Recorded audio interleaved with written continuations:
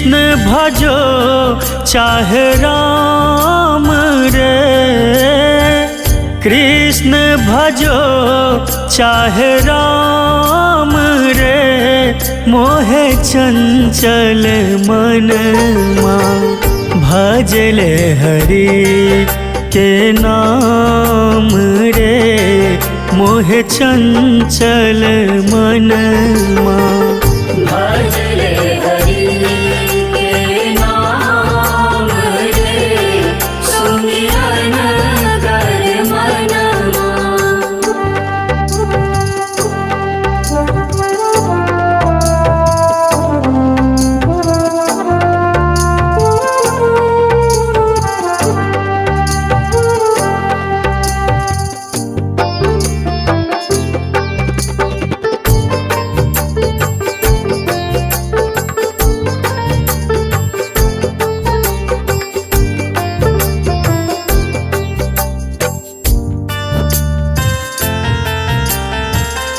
नाम हरि का सबसे प्यारा, जिसने भजा भव पार उतारा।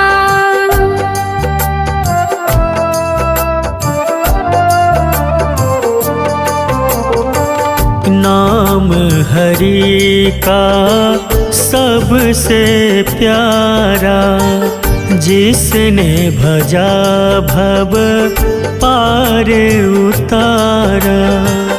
पाया प्रभु का धाम रे, पाया प्रभु का धाम रे, मोहे चंचल मन भजले हरि के नाम रे, सुमिरन कर मन भजले हरि के नाम रे, सुमिरन कर मनमा।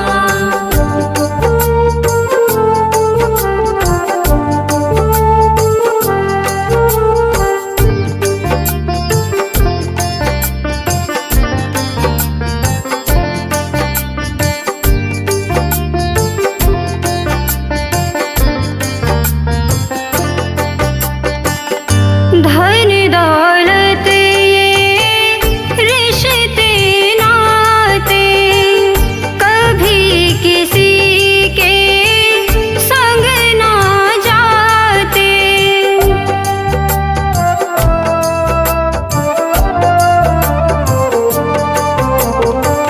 धन दौलत ये रिश्ते नाते, कभी किसी के संग न जाते।